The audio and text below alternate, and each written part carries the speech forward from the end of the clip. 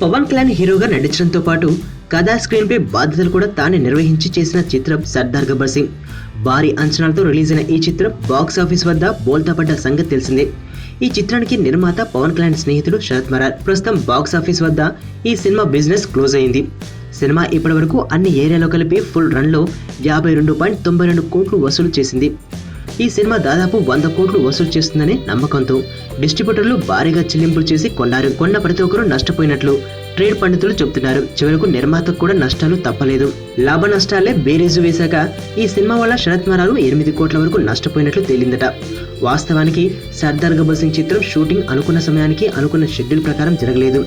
దీనికి తోడు మధ్యలో సినిమాటోగ్రాఫర్ను మార్చేయడం, హీరోయిన్ను మార్చేయడం, డైరెక్టర్ను మార్చేయడం, ఆర్ట్ డైరెక్టర్ను మార్చేయడం, ఇలా చాలా విషయాలు జరిగాయి. బహుశా ఏ స్టార్ హీరో సినిమా విషయంలో కూడా సినిమా మొదలయ్యాక ఇన్ని మార్పులు జరిగి ఉండవు. మధ్యలో తప్పించిన వారందరికీ శరత్ మరార్ ముందుగానే రెమ్యునరేషన్ అడ్వాన్స్లు ఇచ్చారు. సినిమా షూటింగ్ ఆలస్యం కావడం వల్ల కూడా ఖర్చు తడిసి మోపడైంది.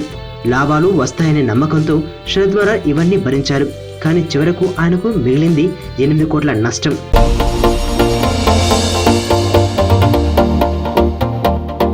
ఇక్కడున్న రంగులన్నీ నీలోనే ఉన్నాయి. నలుగురిలోకి వచ్చి చూడొచ్చు కదా. అబ్బాయిలకు కావాల్సింది ఒక హగ్, ఒక ముద్దు, అంతే. దానికోసం ఏవైనా చేసేస్తారు. చాలా చూసేసినట్టుంది. దూరం నుంచి చూడడం కంటే దగ్గర నుంచి చూడడం ఇంకా బాగుంటుందని వచ్చేసా. బాగున్నావు.